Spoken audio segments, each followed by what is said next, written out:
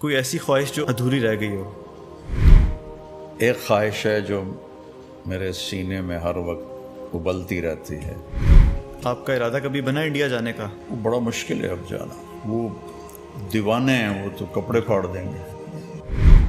اور عزت کی ہوس رکھنے والا جیسے اپنے دین کو تباہ کرتا ہے، ایسے بھیڑیے بھی بکریوں کو اتنا تباہ نہیں کرتے. کبھی ایسا سوچتے ہیں کہ یہ شہرت نہ ہی ہوتی میں بھی ایک عام انسان کی طرح اپنی زندگی گزارتا؟ یہ خیال آتا ہے دل میں؟ قدرت کا نظام تھا کہ اختلاف ہونا تھا، یہ رہے گا. اختلاف کے آداب ہیں. تو کوئی چرس بھر رہی ہے، کوئی نشہ کر رہی ہے، کوئی نشہ کر رہی ہے. السلام علیکم and welcome back to my YouTube channel. آج کی جو ویڈیو ہے یہ میری زندگی کی آپ کہہ لیں کہ سب سے بڑی ویڈیو ہے، اور میرے چینل کی بھی. اور ہمارے ساتھ بہت ہی خاص مہمان موجود ہیں. مولانا طارق جمیل اس مسلم امت کے بہت بڑے اثاثہ ہیں، اور لاکھوں لوگ ان سے بہت زیادہ متاثر ہیں. میں خود ان سے بہت زیادہ متاثر ہوں، اور جب بھی کبھی مجھے رہنمائی کی ضرورت پڑتی ہے مولانا ہمیشہ پیار، محبت اور شفقت کے ساتھ میری رہنمائی کرتے ہیں. مولانا آپ کا بہت بہت شکریہ آپ کے قیمتی وقت کا. السلام علیکم. وعلیکم السلام ورحمۃ اللہ وبرکاتہ. آج کل آپ ادھر تلمبا میں ٹھہرے ہوئے ہیں، ہم یہیں پہ انٹرویو کر رہے ہیں، تو آپ کی کیا آج کل ڈیلی روٹین چل رہی ہے؟ یہاں تو بیٹا کچھ بھی نہیں ہے، بس گھر پر ہی ہوتا ہوں، کوئی خاص روٹین نہیں ہے.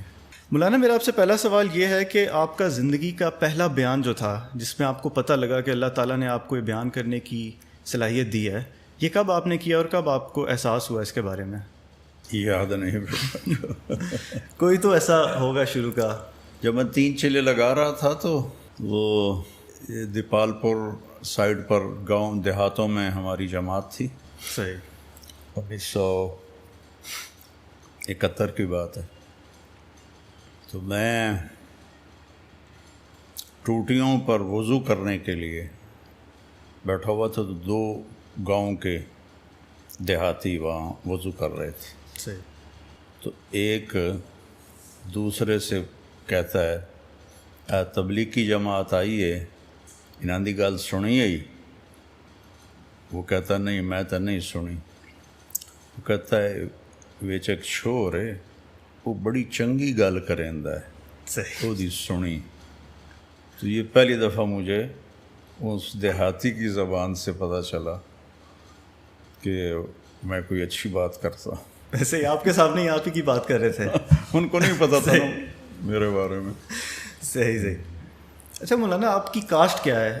ہمیں اکثر لوگوں کو تو پتہ بھی نہیں ہوتا ہمارے جو آباء و اجداد ہیں کہاں سے بلانگ کرتے ہیں، کہاں سے نسل چلتی آ رہی ہے. تو آپ کا سنا ہے کہ آپ بڑی دور تک اپنا شجرہ بتاتے ہیں، تو اس کے بارے میں بتائیں کہ آپ کہاں سے، مطلب کہ آپ کا جو شجرہ ہے آپ کو یاد ہے؟ ہم راجپوت چوہان ہیں. پرتھوی راج کا ایک بیٹا تھا رام دیو چوہان. جب پرتھوی راج کو شکست ہوئی 1191 میں، شہاب الدین غوری رحمۃ اللہ علیہ نے اسے شکست دی، پھر اسے قتل کیا اور چوہانوں کی حکومت ختم ہوئی. انڈیا میں سب سے لمبی حکومت چوہانوں نے کی ہے، 600 سال. 600 سال کسی خاندان کی حکومت نہیں ہے. تو یہ واحد راجپوتوں کی شاخ ہے جنہوں نے 600 برس حکومت کی. تو ان میں سے اس کا ایک بیٹا تھا رام دیو. وہ خواجہ معین الدین چشتی رحمہ اللہ تعالیٰ کے ہاتھوں پہ مسلمان ہوا. تو ہم لوگ اس کی نسل میں سے ہیں. صحیح صحیح. شیر شاہ سوری کے زمانے میں ہماری تلمبے پر حکومت تھی. ہمارے آباء و اجداد وہاں سے بیکانیر، اجمیر سے، پتہ نہیں کب، جب وہ رام دیو مسلمان ہو گیا تو وہاں سے شفٹ کر گیا. تو وہ پہلے جو اس پنجاب میں ان کی آمد ہوئی ہے وہ اکاڑا میں ہوئی ہے کئی 100 سال پہلے. پھر وہ یہاں آئے اور یہاں جنگجو لوگ تھے، انہوں نے تلمبے پہ قبضہ کر کے اپنی حکومت بنا لی تھی. اور پھر اس کے بعد اکبر، جلال الدین اکبر نے جب ملتان فتح کیا تو اس نے تلمبا بھی فتح کیا اور ہماری حکومت ختم ہوئی. لیکن ہم یہاں کے سب سے قدیم باشندے ہیں. صحیح صحیح. اس علاقے کے. صحیح. اچھا یہ وجہ ہے کہ آپ کے اکثر بارے میں سننے کو ملتا ہے کہ آپ زمیندار، آپ کی فیملی ہے، تو یہ حکومت آپ کی چلتی آ رہی ہے یہاں پہ کافی عرصے سے. جی جی جی جی. صحیح صحیح. اچھا مولانا آپ اپنے ایک انٹرویو میں آپ نے بتایا تھا کہ بڑی چھوٹی عمر سے آپ نے جو ہے سگریٹ پینے کی عادت آپ کو لگ گئی تھی، تو اس کے بارے میں بتائیں کہ کس عمر میں لگی اور وہ کیسے عادت لگ گئی آپ کو؟ وہ رات کو بیٹھتے تھے سارے ہم چھوٹے چھوٹے بچے، تو اس وقت کا جو سوشل میڈیا تھا وہ سارے مل کے بیٹھتے، کوئی ایک ان میں بڑا بیٹھ کے کہانیاں سناتا تھا، صحیح. تو ہم وہ ان سے شوق سے رات کو کہانیاں سنتے تھے، اس میں وہ سگریٹ پیتے تھے، تو بڑے تھے ہم چھوٹے تھے، صحیح. تو ان کو دیکھ کر مجھے شوق ہو گیا میں بھی پیوں، صحیح. تو اس طرح شروع کر دیا. اور اس وقت آپ کی کیا عمر تھی؟ ہوگی کوئی میرے خیال میں 8-9 سال. 8-9 سال. صحیح صحیح. اچھا مولانا، ہر شخص کی زندگی کے اندر جو ہے اتار چڑھاؤ آتا ہے، کبھی خوشی کا موقع، کبھی غم کا موقع. تو زندگی میں آپ کو سب سے زیادہ تکلیف کس چیز سے پہنچی ہے؟ زندگی ایک موٹر وے نہیں ہے، یہ جیسے ہارٹ کی ECG ایسے ایسے چلتی ہے نا زگ زیگ، تو لائف بھی اس طرح چلتی ہے، اس طرح چلتی ہے. اس میں دکھ بھی آتے ہیں، پریشانیاں بھی آتی ہیں، خوشیاں بھی آتی ہیں، ولادت بھی ہوتی ہے، موت بھی ہوتی ہے.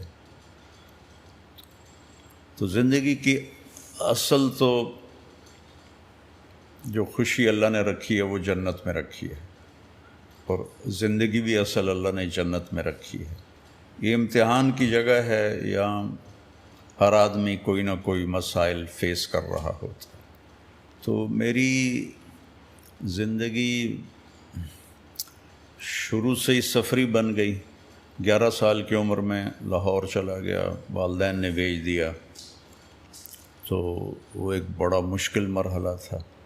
پھر جب اللہ نے مجھے اس راستے میں شہرت دے دی، تو شہرت کے اپنے مسائل ہوتے ہیں، بہت زیادہ بعض لوگوں کی طرف سے تکلیف پہنچتی ہے.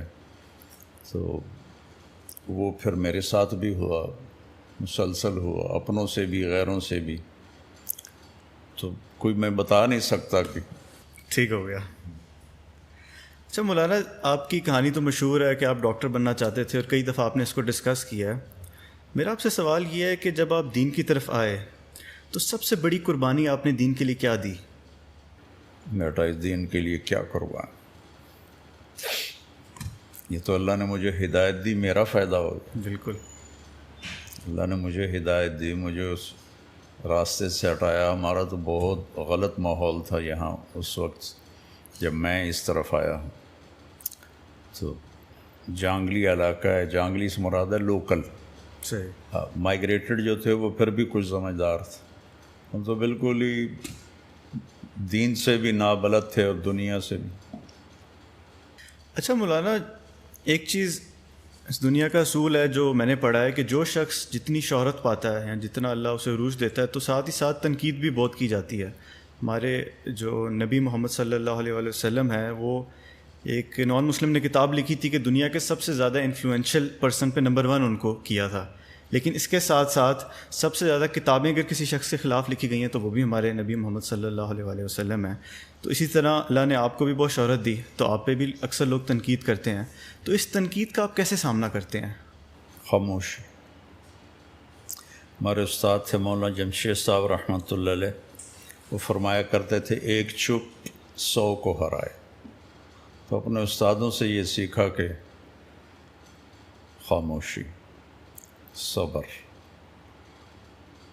کبھی ریئیکشن تو اندر ہی دبا لیا، ظاہر نہیں کیا، برداشت کی، الحمدللہ. صحیح. اچھا، اسی سے ایک ریلیٹڈ سوال ہے میرا کہ اکثر جو اسکالرز ہیں مختلف، اگر ان کے اوپر کوئی تنقید ہو یا پھر کوئی ان کی بات کرے تو اس کا اکثر جواب دیتے ہیں، کچھ برے لہجے سے، کچھ آرام سے. آپ نے آج تک کبھی کسی شخص کے بارے میں کوئی نیگیٹو بات نہیں کی، کوئی کلیریفائی نہیں کیا آپ نے آپ کو، کوئی صفائی نہیں دی. اس کی کیا حکمت ہے؟ یہی حکمت ہے کہ صبر کرو. صبر ایمان کا وہ جزو ہے جیسے جسم میں روح ہے. روح نکل جائے تو ڈیڈ باڈی ہے انسان، 1 منٹ نہیں 1 سیکنڈ میں وہ ڈیڈ باڈی ہوتا ہے. تو صفات ایمان میں صبر روح کی طرح ہے، بس صبر زندگی سے نکل جائے ساری صفات ڈیڈ ہو جاتی. تو کوئی سوال کرے تو اس کا جواب ہوتا ہے، کوئی اعتراض کرے تو اس کا جواب خاموشی ہوتی. تو یہ میں نے حدیث پاک سے یہ مضمون اخذ کیا ہے کہ آپ اعتراض کا جواب نہیں دیتے تھے، خاموش رہتے تھے. کوئی پوچھتا تھا تو اس کو جواب دیتے تھے. تو میرے اوپر کتابیں لکھی گئی ہیں میرے خلاف، اور مقالے لکھے گئے ہیں، اخباروں میں لکھا گیا ہے، ہر جگہ ہوئی ہے تنقید. لیکن تنقید اللہ کا شکر ہے بہت تھوڑی ہے، محبت کرنے والے بہت زیادہ ہیں.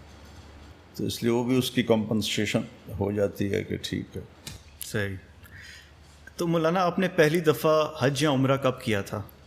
84 میں پہلا عمرہ کیا تھا. 84 میں ہماری جماعت گئی تھی انگلینڈ، وہاں سے واپسی پر ہمیں عمرے کی اجازت تھی تو میں عمرہ کر کے آیا. اس وقت آپ کی ایج کیا تھی؟ 31 سال. 31 سال.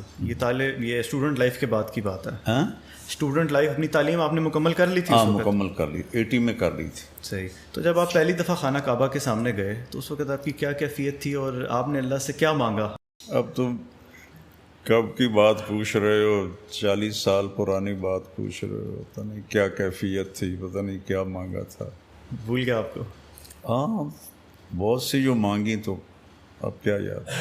اور مسجد نبوی جب آپ گئے پہلی دفعہ، جب سلام آپ نے پیش کیا، اس وقت کیسی کیفیت تھی آپ کی؟ یاد نہیں بیٹا. صحیح صحیح. اچھا مولانا، اس دور کی اگر میں آپ سے بات کروں، آپ ہزاروں لوگوں سے ملتے ہیں، بلکہ لاکھوں میں شاید تعداد ہو چکی ہوگی. سب سے زیادہ آپ کو متاثر کس شخص نے کیا، جن سے آپ کی ملاقات ہوئی ہو؟ مجھے مولانا سعید خان صاحب رحمۃ اللہ علیہ ہمارے بڑے اکابر میں سے تھے، ان سے میں سب سے زیادہ متاثر ہوا ہوں. ان کے ساتھ میرے 12 برس گزرے. تو اس شخص میں نے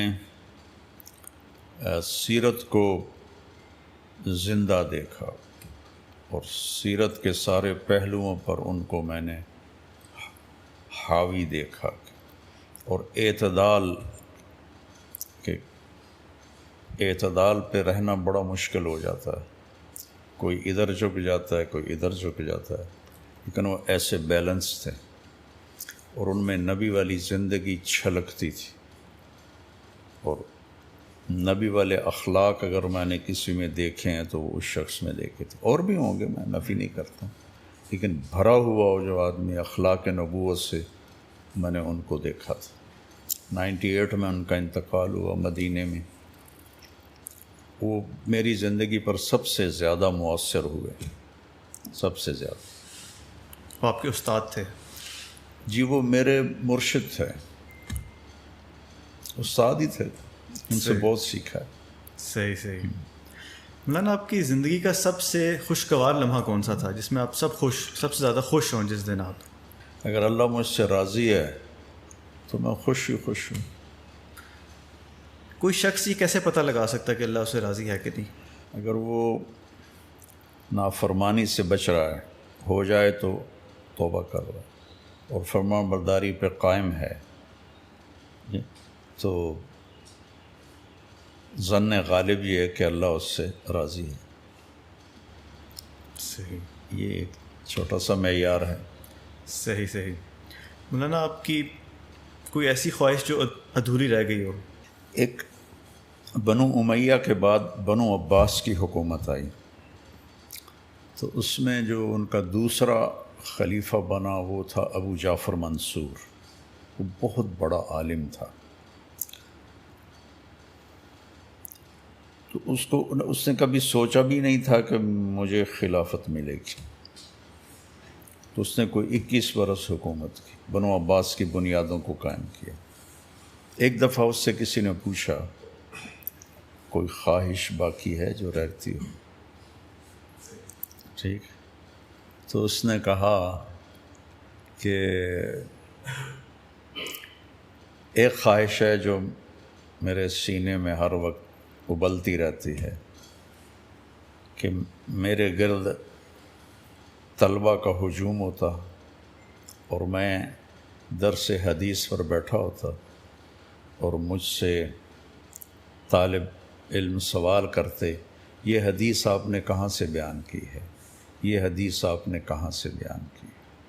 کہ یہ میری خواہش سینے میں دب کے رہ گئی ہے۔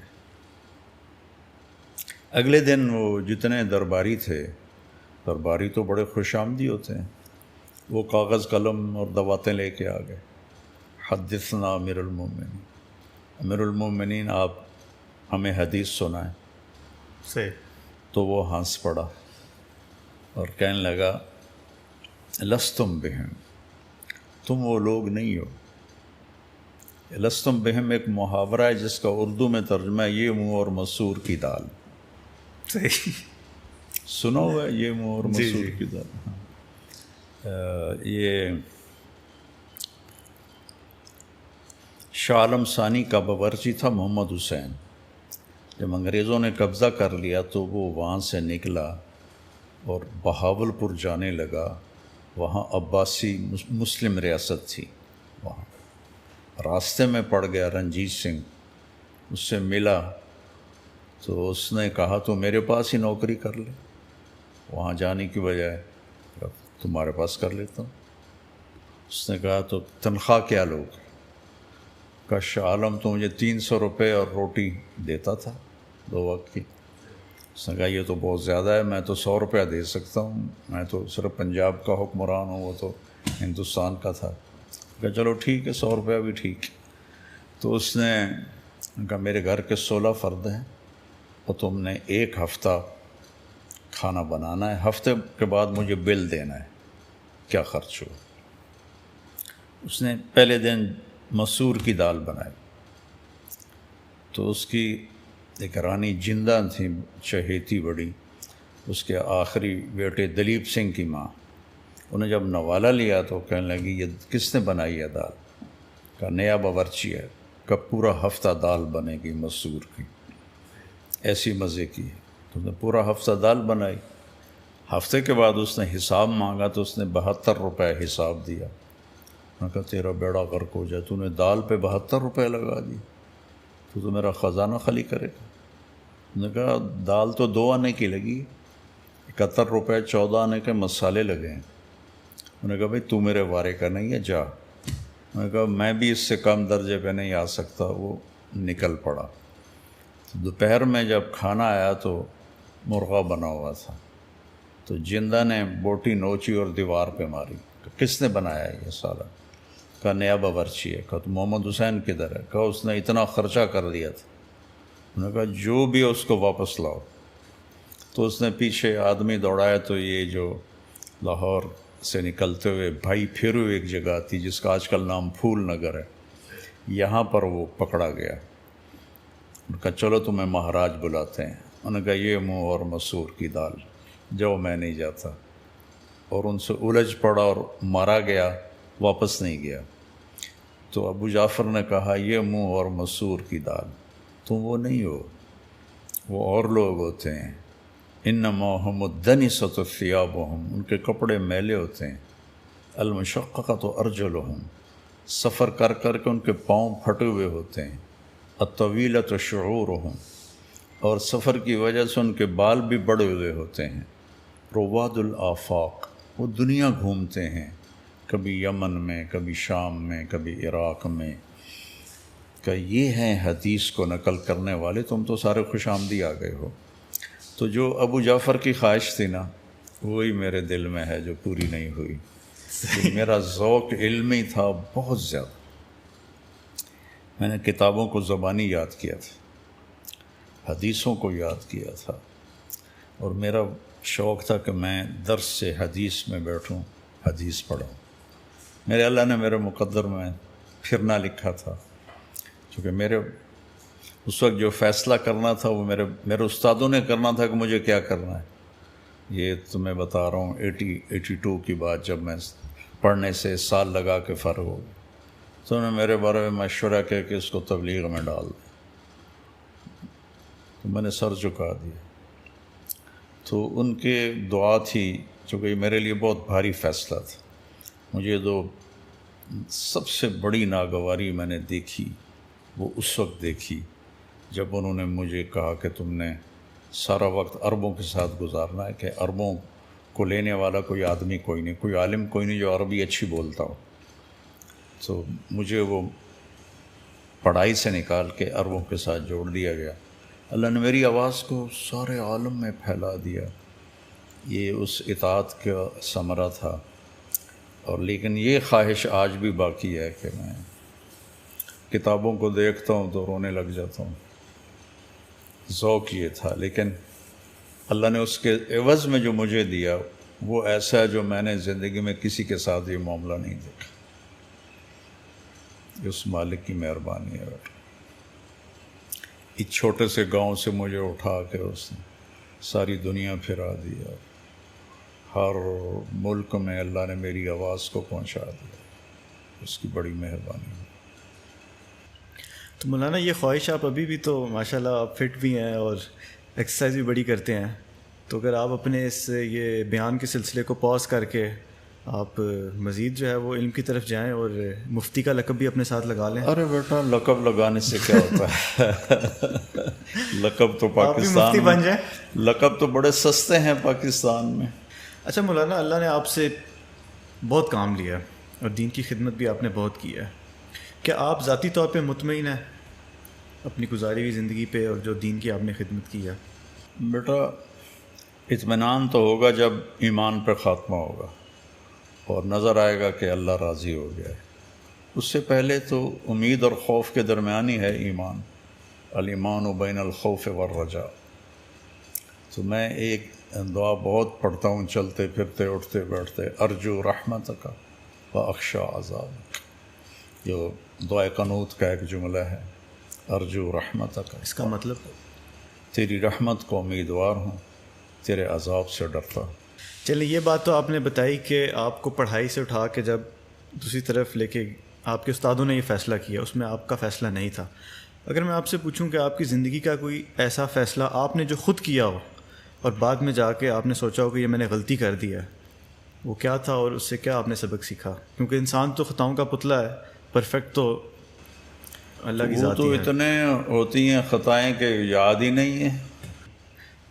میرا ایک اور سوال آپ سے یہ ہے کہ آپ نے مدرسے سے 8 سال پڑھ کے تعلیم اپنی حاصل کی اور پاکستان کے اندر سینکڑوں کی تعداد میں، میرے خیال سے شاید ہزاروں ہی مدارس ہوں، لیکن آپ نے ایک جامعۃ الحسنین کے نام سے اپنا ادارہ بنایا. اس کی کیا وجہ تھی؟ اس کی وجہ یہ تھی کہ دو چیزیں ہمارے مدارس میں بہت ان کی کمی ہے. ایک تو عربی لینگویج پر کوئی توجہ نہیں ہے، اور جب تک آپ عربی کو اچھی طرح نہیں سمجھتے تو قرآن یا حدیث کی جو خوبصورتی ہے وہ آپ پہ نہیں کھل سکتی. تو اس لیے میں وہاں رائمنڈ میں اپنے ذوق سے میں عربوں کے کمرے میں جاتا اور ان سے بولتا تھا کہ میری اللہ کرے میری زبان چل پڑے.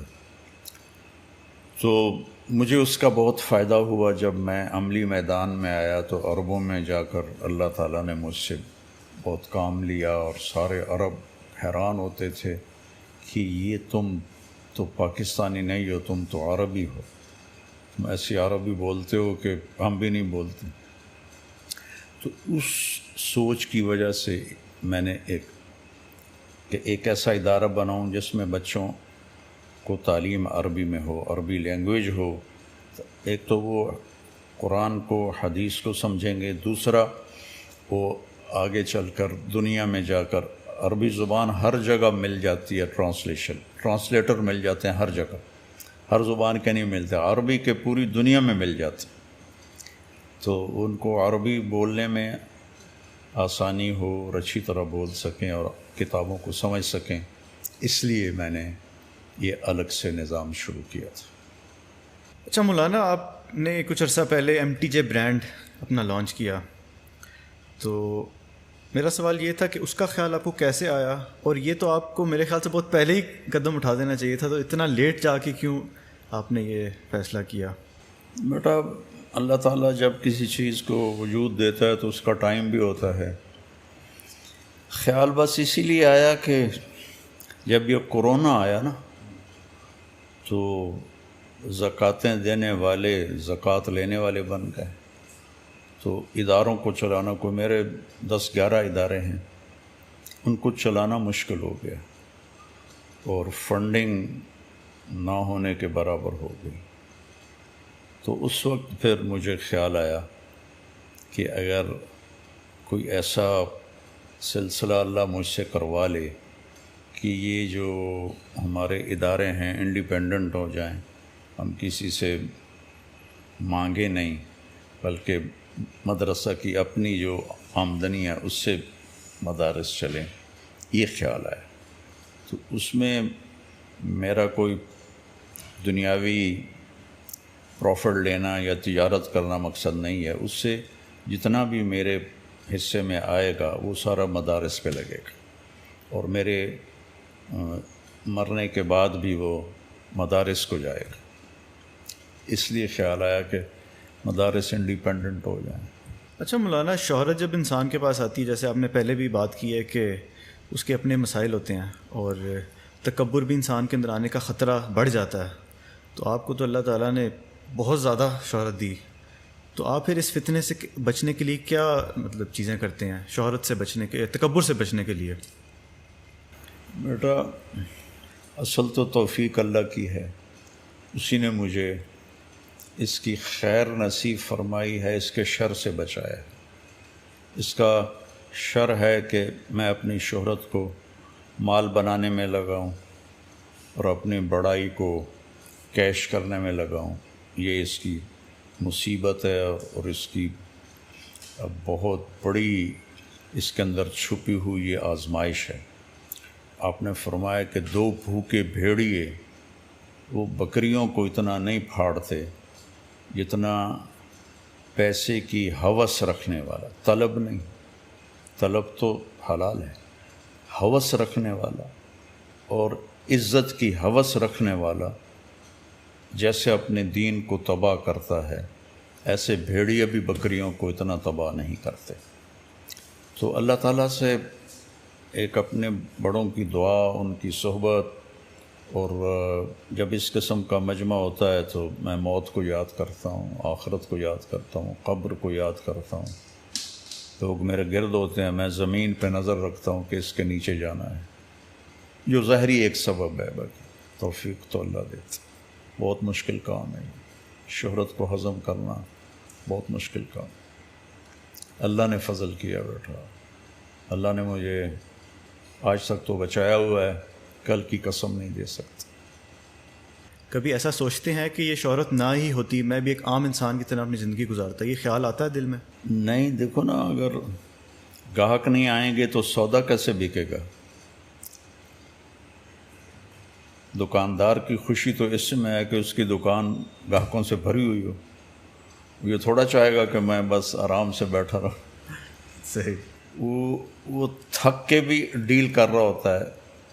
تو ایسے میں نے کبھی یہ نہیں سوچا کہ یہ نہ ہوتا. اس سے تو میری بات پھیلی ہے، وہ لوگوں کے دلوں میں محبت آئی ہے، میری بات کو اللہ تعالیٰ نے قبولیت بخشی ہے، اور لوگ ہدایت پہ آتے ہیں، راہ راست پر آتے ہیں. ہدایت تو دینے والا اللہ ہے. تو ایسا مجھے شکر ادا کرتا ہوں کہ اللہ نے ایک بہت بڑی نعمت مجھے دی. صحیح. مولانا، انڈیا تو آپ کا جانا ہوا ہے، آپ کے انٹرویوز میں سنا ہے، کبھی انڈیا میں آپ نے کوئی بیان کیا ہے؟ جی، وہ اس وقت، یہ وہ وقت تھا جب میں کوئی اتنا مشہور نہیں تھا. 82 میں گیا تو اس وقت میں تازہ مدرسے سے فارغ ہوا تھا، 2 مہینے رہا وہاں. پھر 89 میں گیا، اس کے بعد نہیں گیا. وہاں میرے بہت دیوبند مدرسے میں بیان ہوا، سہارنپور مدرسے میں بیان ہوا، بہت کافی جگہوں پر. مولانا سعید خان صاحب میرے ساتھ تھے، جو میں نے پہلے نام لیا. جی. میں ان کے ساتھ تھا سفر میں، تو ہر جگہ میرا، علی گڑھ یونیورسٹی میں میرا بیان ہوا. علی گڑھ یونیورسٹی میں؟ ہاں، لیکن اس وقت میں اتنا مشہور نہیں تھا. تو شہرت پانے کے بعد آپ کا ارادہ کبھی بنا انڈیا جانے کا؟ وہ بڑا مشکل ہے اب جانا. اب مشکل ہے. وہ دیوانے ہیں, وہ تو کپڑے پھاڑ دیں گے.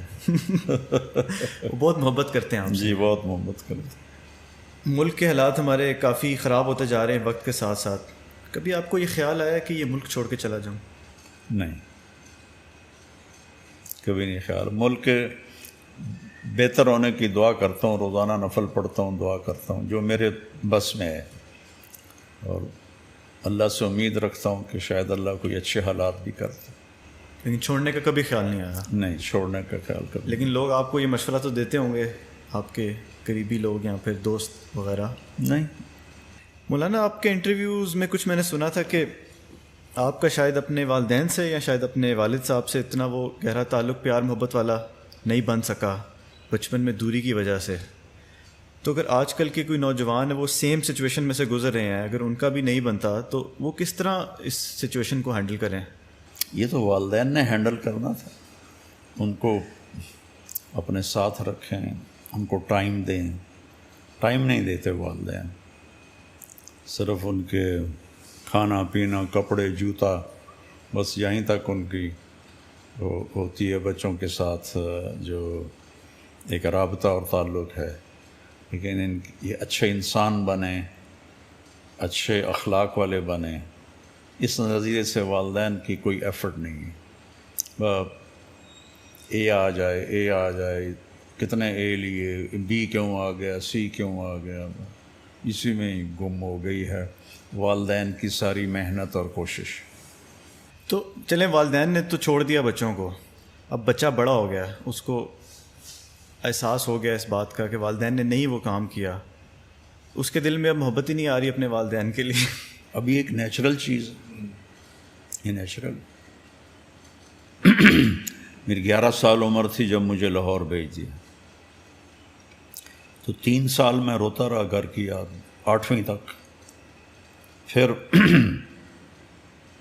دل پھر گیا وہاں سے, پھر وہ کبھی دوبارہ وہ جذبہ, وہ جوش کبھی نہیں پیدا ہوا. تبلیغ میں لگنے کے بعد عقلی طور پر میں ان کی اطاعت, فرما برداری اور ان کی خدمت ہر طرح کی کرتا تھا, لیکن جس طرح میرا چھوٹا بھائی اپنی ماں کی خدمت کرتا تھا, یہ جذبے اندر سے جذبہ وہ میرے اندر نہیں پیدا ہوتا تھا, یہ خلا پیدا ہو گیا تھا.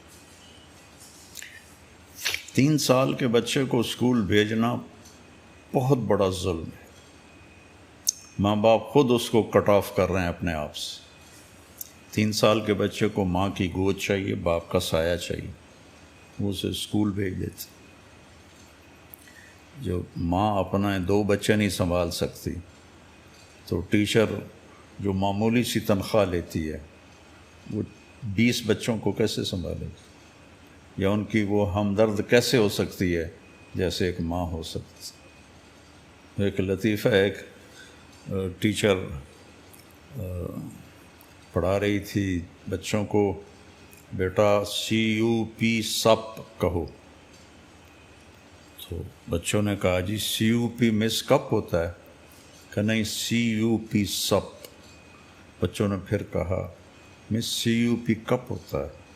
انہوں نے کہا اتنی تھوڑی تنخواہ میں CUP سپ ہی رہے گا, کپ نہیں ہو سکتا. تو بیچاری ٹیچرز کیسے بچوں کی تربیت کر سکتے؟ اتنے میں اتنا ہی ہوگا. صحیح. اچھا مولانا, آپ کے نا بالی ووڈ کے اندر بڑے فنکاروں سے ملاقاتیں رہیں, وہ آپ سے متاثر بھی ہوتے ہیں, بالی ووڈ کے جو ایکٹرز ہیں سنتے بھی ہیں مجھے, آپ کو بالکل سنتے بھی ہیں, بلکہ بڑا مشکل ہے کہ اس فیلڈ کے لوگوں کو متاثر کرنا, اور میرے خیال سے آپ شاید ایک واحد پرسنالٹی ہیں. آپ کو سب سے زیادہ مل کے کس سے مزہ آیا, یا آپ کو کون اچھا لگا زیادہ؟ مجھے تو بیٹا میں جس سے ملتا ہوں نا محبت سے ملتا ہوں, اور میرے دل میں ان کے بارے میں نفرت نہیں ہوتی, جس کی وجہ سے وہ ویوز شفٹ ہوتی ہیں. مجھے ان کے اس عمل سے ایک جو دیندار طبقے میں نفرت پیدا ہو جاتی ہے نا, کہ یہ برے لوگ ہیں, گندے لوگ ہیں, اللہ نے مجھے اس سے بچایا ہے. باقی اللہ کا فضل ہے، سارے بہت اچھا سلوک کرتے ہیں. بس میں یہ فیصلہ نہیں کر سکتا کہ کون سب سے زیادہ اچھا لگا. یہ بیچاریاں جو یہ نہیں ہوتی لڑکیاں، یہ بل بورڈز پر آتی ہیں، کیا ان کو کہتے ہیں، ماڈلز. مجھے جب اسٹنٹ پڑا دوسرا تو رات 10 بجے لاہور سے پوری ایک وین ماڈلز کی بھر کے یہاں میرے ڈیرے میں آئی، اس کمرے میں بیٹھی، کہا جی ہم آپ کا حال پوچھنے آئیں. تو میں تو اتنا متاثر ہوا کہ ان بیچاریوں کی اتنی، انہوں نے پھر تھوڑی سی میری یہیں بات ہوئی تو انہوں نے مجھے دکھائی اپنی یہ موبائل میں لڑکیوں کے فوٹو، کوئی چرس بھر رہی ہے، کوئی نشہ کر رہی ہے، کوئی نشہ کر رہی ہے. کہ یہ ہماری زندگی بہت تھکی ہوئی زندگی، اور بیچاریاں پیٹ کی خاطر اپنی غربت کی ماریاں یہ کچھ کرتی ہیں، پھر وہ اس راستے کے کانٹے انہیں چننے پڑتے ہیں. تو مجھ سے سارے ہی پیار کرتے ہیں، میں بھی ان سب سے محبت کرتا ہوں. ہدایت تو اللہ دیتا ہے، میں تو نہیں دے سکتا. اچھا مولانا، ایک ہماری مسلم امہ کے اندر ایک ڈویژن پڑ گئی انفارچونیٹلی، وہ ہے شیعہ اور سنی کی.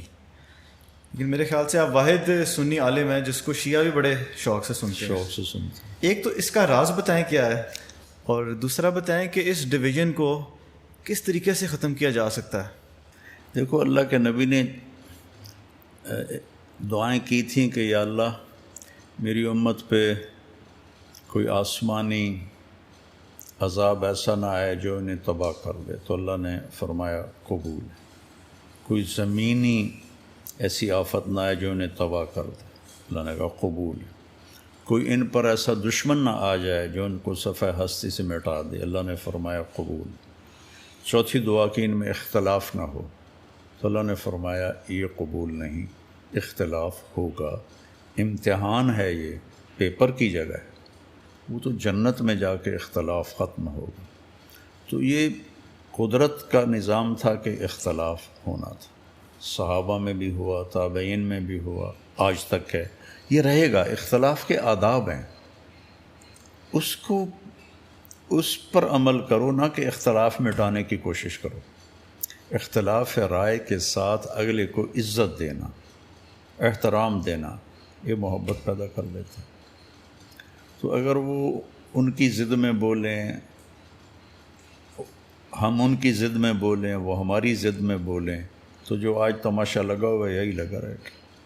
سوشل میڈیا پہ جنگ ہو رہی ہے ایک دوسرے کو غلط ثابت کرنے کی. کیوں اپنا وقت ضائع کرتے ہیں؟ اچھا بھائی ٹھیک ہے، ہم کلمہ تو پڑھتے ہیں نا، بس جو کلمہ پڑھتا ہے اس کو گلے سے لگاؤ. یہ کافر ہے، یہ بدعتی ہے، یہ فلاں ہے، یہ فلاں ہے. اس سے تو مزید انتشار پیدا ہوتا.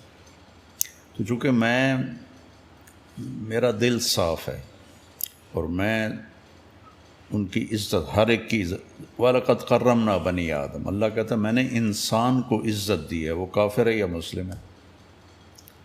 اور اللہ کے نبی نے فرمایا کہ میرے بیٹے انس، میری ایک بہت بڑی سنت ہے، اگر تو کر گیا تو جنت میں میرا پڑوسی ہو جائے گا، اور وہ یہ ہے کہ تیرے دل میں دنیا کے کسی انسان کے بارے میں کھوٹ نہیں ہونی چاہیے. آپ نے مسلم نہیں فرمایا، انسان. تو اللہ تعالیٰ کا فضل ہے، بریلوی بھی سنتے ہیں، شیعہ بھی سنتے ہیں، دیوبندی، غیر مسلم سنتے ہیں. بابا یہ رائمنڈ کے اجتماع پر میں گیا ہوا تھا، بارڈر پر انڈیا سے جو ہمارے مہمان آتے ہیں ان کو لینے کے لیے. تو جب وہ گیٹ اوپن ہوا تو میں گیٹ کے سامنے ہی کھڑا ہوا تھا، تو لوگ آنا شروع ہوئے. تو سکھوں کا ایک فیملی گزری. تو جب میرے پاس سے گزرے تو انہوں نے مجھے ایسے دیکھا تو ایک سکھ کہنے لگا طارق جمیل صاحب. میں نے کہا جی. کسی تڑا بیان سننے ہیں. تسی بڑی سندر گل کر دے ہو. دوسرا سے کہنے لگا کر دے رہی ہو. تو غیر مسلم بھی سنتے ہیں، ہر ایک سنتا ہے. وَقُلْ لَهُمْ فِي أَنفُسِهِمْ قَوْلًا بَلِيغًا. اللہ تعالیٰ نے یہ یہود کے بارے میں اپنے نبی سے فرمایا کہ محبت والی، نرمی والی ان سے بات کرنا. حالانکہ اللہ کو ہوتا ہے یہودی ایمان نہیں لائیں گے. اور اللہ فرعون کے پاس موسیٰ کو بھیج کر کہہ رہا قُولَا لَهُ قَوْلًا لَيِّنًا. حالانکہ اللہ کو بھی پتہ ہے ڈوب کے مرے گا. نرمی سے بات کرنا شاید مان جائے. تو اگلے کی رائے کا احترام، اپنی رائے پہ جمنا، اگلے کی رائے کا احترام. بس میں مسلط کروں کہ نہیں تم غلط ہو میں ٹھیک ہوں، اس سے پھر فتنہ پیدا ہو جاتا. مولانا ایک سوال میرے ذہن میں بھی بڑے عرصے سے، اور میں ہر کسی سے یہ پوچھتا ہوں کہ اللہ تعالیٰ نے انسانیت کو بنا دیا اور یہ ٹیسٹ میں ہمیں ڈال دیا. جب یہ ٹیسٹ مکمل ہوگا کچھ لوگ کامیاب ہو جائیں گے، کچھ لوگ ناکام ہو جائیں گے. تو جب سارا تماشا ختم ہو جائے گا تو اللہ کو اسے کیا حاصل ہوگا؟ یہ اللہ سے ہی پوچھیں گے جا کے. یا ہم کیا کہہ سکتے ہیں؟ اس کا کوئی جواب نہیں. کوئی جواب. مولانا ہمیں اللہ کے نبی کی زندگی سے کوئی واقعہ سنا دیں آپ اخلاق کے اوپر، کیونکہ آج کل بد اخلاقی بہت ہے معاشرے کے اندر، ایون کہ سیاسی میدان کے اندر بھی. کوئی ہلکی سی رائے اپنی چینج کر لے یا کسی سے اختلاف کرے تو اس کو 0 سے ملٹیپلائی کر دیا جاتا ہے. تو کہ اللہ کے نبی نے ایسی سچویشنز میں ہمیں کیا تعلیمات فرمائی ہیں؟ کوئی اگر اس کے اوپر کوئی آپ روشنی ڈالیں. دیکھو نا بیٹا، میرے نبی کی ساری زندگی ہی اخلاق ہے. میرے نبی نے نماز لمبی پڑھی تو اللہ نے اس سے کہا کہ نہیں، ما انزلنا علیک القرآن لتشقى. آپ درمیانہ ہاتھ رکھیں، اتنے لمبے لمبے سجدے اور قیام نہ کریں کہ آپ کے پاؤں پہ ورم آ جائے. پھر آپ نے سارا مال خرچ کر دیا تو اللہ نے اس سے بھی روکا. لا تبسطها کل البسط. سارا نہ خرچ کرو، کچھ اپنے لیے رکھو. آپ نے تبلیغ میں زیادہ دکھ اٹھائے، اندرونی بے چینی فکر، تو اللہ نے کہا فلا تذهب نفسك علیہم حسرات. میرے نبی آپ آہیں بھرتے بھرتے کہیں خود ہی نہ فوت ہو جائیں. لیکن جب اللہ کے نبی کے اخلاق کی باری آئی تو اللہ نے یہ نہیں کہا کہ آپ میانہ روی اختیار کریں. اللہ تعالیٰ نے نون والقلم وما یسطرون، قلم کی قسم اٹھائی جو سب سے پہلی، اول ما خلق اللہ القلم، اللہ نے قلم کو پیدا کیا. وما یسطرون، قیامت تک یہ قسم جاری ہے. اور جو قلم سے لکھتے ہو، تو قلم تو چلتا رہے گا جب تک انسان ہے. تو یہ قسم ایسی ہے کہ کمال ہے کہ اللہ مجھے قلم اور قلم سے جو لکھتے ہو اس کی قسم. ما انت بنعمت ربک بمجنون. آپ کو یہ قریش مجنون کہتے ہیں، آپ مجنون نہیں ہیں. وَإِنَّ لَكَ لَأَجْرًا غَيْرَ مَمْنُونَ، آپ کے لیے بے پناہ اجر ہے. وَإِنَّكَ لَعَلَىٰ خُلُقٍ عَظِيمٍ. اور آپ کا رب دوسری دفعہ قسم کھاتا ہے. انا اور لام جب کٹھے ہوتے ہیں تو قسم کا معنی ہوتا ہے آپ بڑے عالی اخلاق والے. یہاں نہیں کہا میانہ روی، یہاں کہا بڑے عالی اخلاق والے. اور عربی میں 2 طرح اس کو بیان کیا جا سکتا. انک لذو خلق عظیم اور انک لعلی خلق عظیم. ذو خلق کا مطلب ہے کہ آپ اچھے اخلاق والے ہیں، اور اعلیٰ خلق کا مطلب ہے کہ آپ تمام انسانی اخلاق پر حاوی ہیں. سارے اخلاق آپ کی مٹھی میں ہیں. تو آپ کی تو پوری، دیکھو جنہوں نے 21 برس قتل کے منصوبے بنائے ان کو معاف کر دیا، اس سے بڑے اخلاق کی کہانی اور کیا ہوگی. اور جس نے ہر وقت کوشش کی کہ گردن اڑا دوں، ابو سفیان کا، جو ابو سفیان کے گھر میں پناہ لے گا اس کو کچھ نہیں کہیں گے. تو فتح مکہ پہ جو آپ نے اپنے دشمنوں کے ساتھ کر دکھایا، وہ اب نبی کی زندگی کو پڑھتا کون؟ پڑھتے ہی کوئی نہیں. عثمان میں نبی طلحہ کے پاس تھی بیت اللہ کی چابی، تو آپ نے فرمایا کہ جب مکے میں تھے دروازہ کھول دے اندر جاتا ہوں، تو انہیں بری طرح ڈانٹ دیا. تو آپ نے فرمایا وہ کیا دن ہوگا جب یہ چابی میرے ہاتھ میں ہوگی؟ کہا قریش وہ دن کبھی نہیں دیکھیں گے. نہیں کھولا دروازہ. جب مکہ فتح ہوا تو وہ چھپ گئے. تو آپ نے حضرت علی رضی اللہ عنہ کو بھیجا کہ جاؤ اس کو ڈھونڈ کے لاؤ. تو وہ ایک گھر میں چھپے ہوئے تھے، چھوٹا سا تو مکہ تھا، ان کو پکڑ کے لے آئے، چابی بھی لے آئے. تو بنو ہاشم کے ذمے تھا حاجیوں کو کھانا کھلانا اور پانی پلانا. تو جب وہ ان کو لے کر آئے اور چابی آپ کو دی تو حضرت عباس کھڑے تھے، کہنے لگے یا رسول اللہ چابی بھی ہماری فیملی کو دے دیں تاکہ مکمل کعبہ کی خدمت ہمارے ذمہ ہو جائے. ٹھیک، بہت بڑے شرف کی بات تھی. چچا کہہ رہے تھے تو آپ نے ایسے چابی پکڑی کا عثمان، اب وہ ساری نہ اٹھائے شرم کی وجہ سے. عثمان یہ کیا ہے؟ یہ وہی چابی ہے، میں آج تجھے واپس کر رہا ہوں اور قیامت تک تیری نسل میں رہے گی، اور آج تک وہ چابی انہی کی نسل میں. اگر ہمارے نبی کی زندگی پڑھ لیں تو یہ تو بہت بھٹکے ہوئے ہیں. مولانا ایک اور چیز میں اکثر دیکھتا ہوں سوشل میڈیا پہ بھی، وہ یہ ہے کہ اللہ کے نبی صلی اللہ علیہ وسلم کی وفات پانے کے بعد جو ہے صحابہ میں اختلاف ہو گیا، اور اس کے اوپر لوگ بڑا مختلف اوپینین رکھتے ہیں. کوئی ایک طرف ہے بالکل، اور کوئی جو ہے مطلب کہ صحابہ جیسے حضرت معاویہ رضی اللہ تعالیٰ عنہ ہیں ان کے بارے میں بھی بات کی جاتی ہے. تو وہ پس منظر سارا کیا تھا، اور ان کے اختلاف جو صحابہ کا اختلاف ہوا ہے اس کے اوپر ہمیں کیسا اپنا رویہ رکھنا چاہیے؟ امام احمد بن حنبل رحمہ اللہ سے کسی نے یہی سوال کیا تو انہوں نے فرمایا بیٹا تلک امت قد خلت لہا ما کسبت ولکم ما کسبتم ولا تسألون عما کانوا یعملون. بیٹا وہ لوگ تھے جو گزر گئے، جو اچھا کیا ان کو ملے گا، جو برا کیا ان کے سر پہ پڑے گا، اور تم سے نہیں پوچھا جائے گا کہ وہ کیا کرتے تھے. یہ ہے اس کا صحیح جواب جو قرآن نے دیا ہے کہ مجھ سے تھوڑا ہی پوچھا جائے گا. مجھ سے تو من ربک ما دینک ما تقول فی ھذا الرجل، یہ 3 سوال قبر کے ہیں اور 5 آخرت کے ہیں. اس میں سے کوئی بھی سوال ایسا نہیں ہے جو ہمیں یہ بتائے. اور پھر اللہ تعالیٰ کے نبی نے کہا اللہ اللہ فی اصحابی لا تتخذوہم غرضا من بعدی، کہ میرے صحابہ کے بارے میں اللہ سے ڈرنا، ان کے بارے میں لب کشائی نہ کرنا.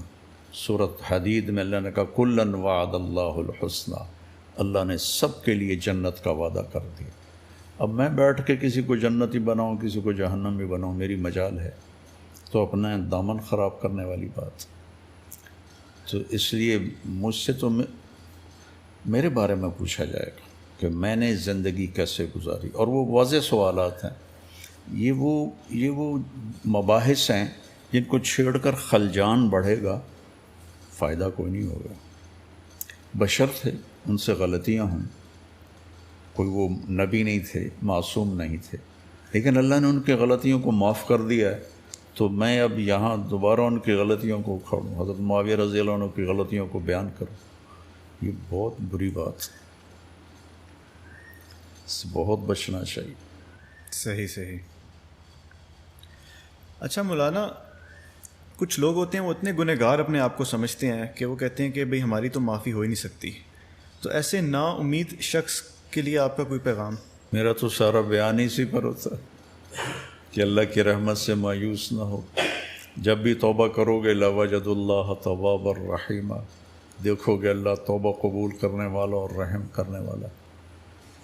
مایوسی کی تو بات ہی نہیں جب اللہ ہی کہتا ہے کہ جب بھی توبہ کرو گے میں معاف کر دوں. لیکن مولانا ایک چیز ہے نا کہ حقوق العباد جو ہیں وہ اللہ کہتا ہے کہ انسان ہی معاف کریں گے، تو اس کا کیا معاملہ ہوگا؟ نہیں، اللہ چاہے تو وہ بھی معاف کر سکتا ہے. وہ 100 آدمیوں کے قاتل کو نہیں معاف کر دیا تھا اللہ نے، جو بنی اسرائیل کا واقعہ ہے، معلوم ہے نا. آپ وہ دہرا دیں اگر. ایک آدمی نے 99 قتل کیے تو اس کو خیال آیا میں توبہ کروں، تو اس نے ایک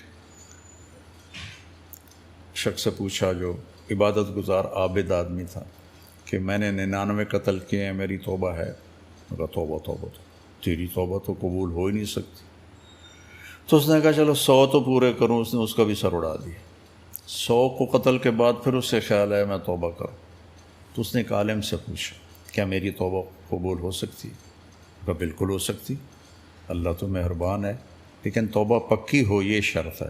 اس کے لیے یہ بستی چھوڑ، اس میں ماحول غلط ہے، اس سامنے جو گاؤں ہے وہاں جا، وہاں نیک لوگ رہتے ہیں، تیری توبہ پکی ہو جائے گی. میں نے کہا میری توبہ قبول ہو جائے میں تیار. گاؤں سے نکلا، ابھی راستے میں تھا، موت آ گئی. جب اس نے دیکھا کہ موت کا جھٹکا تو اس نے جمپ لگایا، تو وہ اس طرح کر کے گرا، ہاتھ اس کو اس بستی کی طرف تھا ایسے. ٹھیک، تو جنت کا فرشتہ بھی آ گیا، دوزخ کا فرشتہ بھی آ گیا. اب اللہ نے ہی دونوں کو بھیجا، دونوں میں بحث چھڑ گئی. وہ کہے ہمارا مجرم ہے، وہ کہیں ہمارا مہمان ہے. تو وہ کہیں اس نے توبہ کر لی تھی تو اب ہمارا مہمان ہے. جہنم والے کہیں ابھی توبہ پوری نہیں ہوئی، وہاں گاؤں نہیں پہنچا، اس لیے ہمارا مجرم ہے.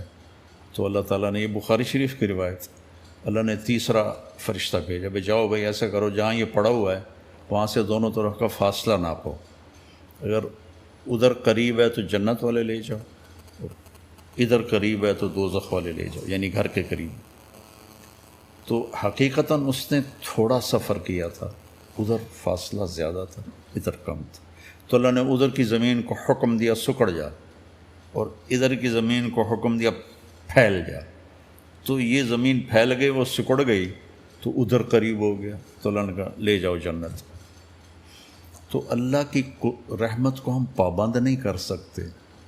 ہاں قانون ہے، یہ قانون صحیح ہے کہ اس سے وہ معاف کرے گا تو اللہ معاف کرے گا، لیکن اللہ جس کو معاف کرنا چاہے تو اس کو عوض دے دے گا، اس کو معاف کر دے گا.